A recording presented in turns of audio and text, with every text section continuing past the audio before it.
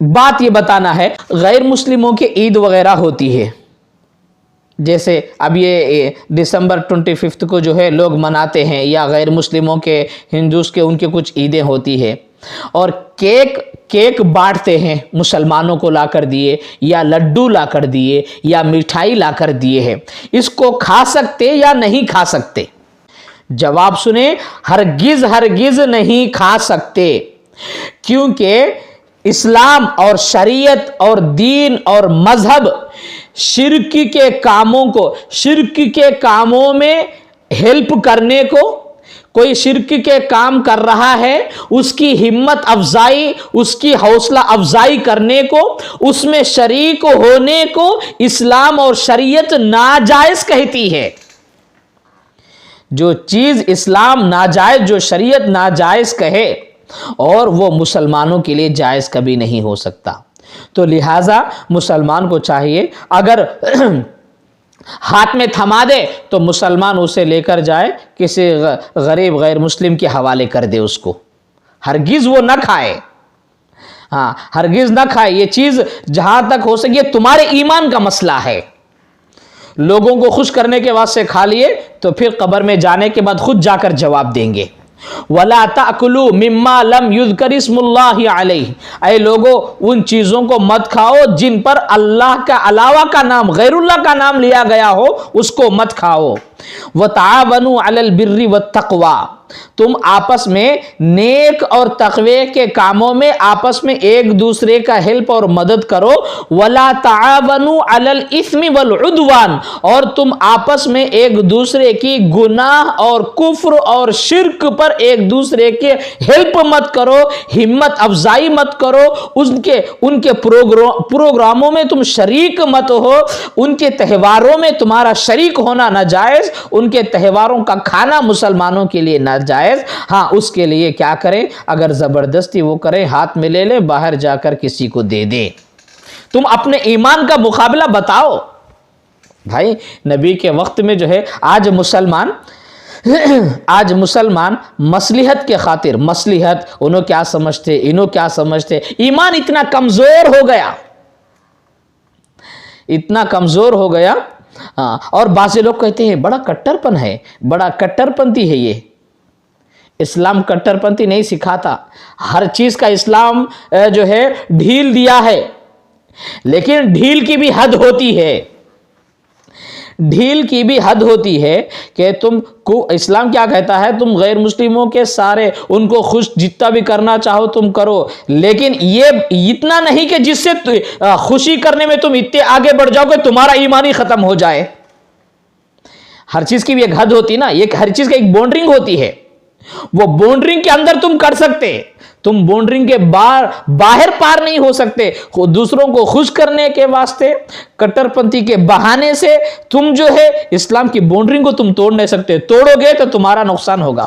اللہ کے پاس جا کر جواب دینا پڑے گا۔ صحابہ کے واقعات ہمارے آنکھوں کے سامنے ہیں، اللہ کی رضا کے لیے ان لوگوں نے کیسی کیسی قربانیاں دی ہیں، اپنے ایمان اپنے ہر مسلمان کو اللہ اپنی چاہت سے اس کو مسلمان کے گھر میں پیدا کرے۔ اللہ اپنی پسند سے، مجھے اور آپ کو، تمہاری اور میری پسند سے نہیں، اللہ کی پسند سے ہمارے کو مسلمان کے گھر میں پیدا کرے۔ تو اب ہر آدمی کو اللہ اپنی پسند سے مسلمان کے گھر میں پیدا کرنے کی وجہ سے ہر آدمی کو اس اسلام کی حفاظت کرنا ضروری ہے۔ اللہ پوچھیں گے میں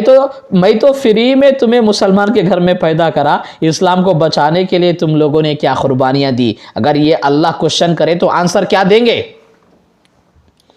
ہاں اس کوشچن کا آنسر کسی انسان کے پاس نہیں ہوگا۔ لہٰذا اس گفٹ کو سنبھالنا چاہیے۔ کوئی آدمی سونے کا جگ، سونے کا گلاس، سونے کا بوتل تمہیں دے دیا، لیکن اگر تم اس سونے کے گلاس کو وہ آدمی کے سامنے کیچڑ میں پھینک دے رہے ہو، یا اس سونے کے گلاس میں یہ کیچڑ کے پانی کو اس میں تم ڈال رہے ہو، تو تمہارے کو جو گفٹ میں دیا ہے نا اس کا دل کیا کہے گا؟ جو اللہ ایمان اپنی طرف سے فری میں ہمیں مسلمان کے گھر میں پیدا کرے ہیں، دوسروں کو خوش کرنے کے لیے اللہ کو ناراض کر کے شرکیہ تم کام کر رہے ہو، تو پھر اللہ تعالیٰ کتنے ناراض نہیں ہوں گے؟